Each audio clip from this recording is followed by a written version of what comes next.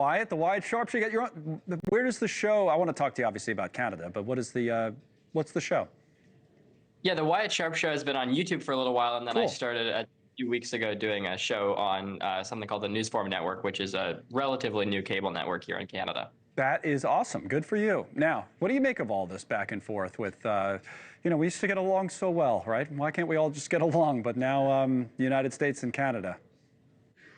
Yeah, I mean, it's certainly very interesting. You were mentioning the Star Spangled Banner getting booed at various sporting events here in Canada. I think Donald Trump saying that he wants Canada to be the 51st state, even he, I think, recognizes that constitutionally for both Canada and the United States, it's very unlikely. In Canada, anyways, in order for that to happen, it would have to get approved by Parliament. They would have to agree to dissolve the federal government. And then, of course, there would have to be a referendum amongst Canadian citizens where they would have to vote a majority in order for that to happen. And at least polls are right now in Canada, the vast majority of Canadians are not looking for that to happen. Yeah, it's interesting. I mean, one of the things people brought up here, too, I mean, you probably know about this from growing up in Canada, they're a fairly liberal place, right, generally speaking. So I don't know that someone like Trump would want 2 senators to be Canadian. They probably wouldn't be Republicans, would they?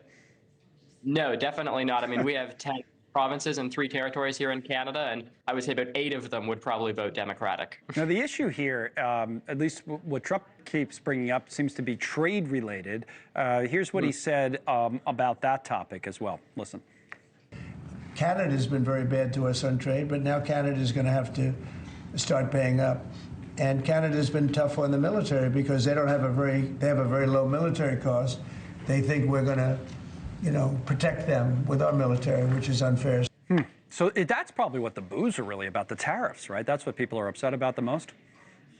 Yeah, I think so. I mean, you saw it's now on a 30-day pause, but originally it was going to be a 25% blanket tariff. And then in recent days, he said he's going to put in place a 25% tariff specifically on steel and aluminum. And then he said that that's going to be on top of the blanket tariffs if, they don't negotiate a further pause. And so I think people right now are we've been each other's largest trading partner for a really long time. Actually, just a few months ago, we became the 2nd largest trading partner with the United States. We fell from the #1 spot that we've held for a while. But I think people are just looking at this. Obviously, we buy a lot of kind of day-to-day items from the United States, and then the United States buys a lot of their grain, their minerals, their oil, their lumber from us here in Canada. And people are just kind of, I think, disappointed of the relationship and the fact that we can't kind of prosper for the next few months as we have for the past little while. Yeah.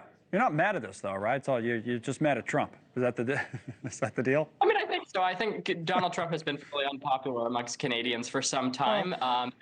We're supposed to get another, at least the polls are suggesting right now, someone named Pierre Poilievre as our next minister. And although he's conservative, right?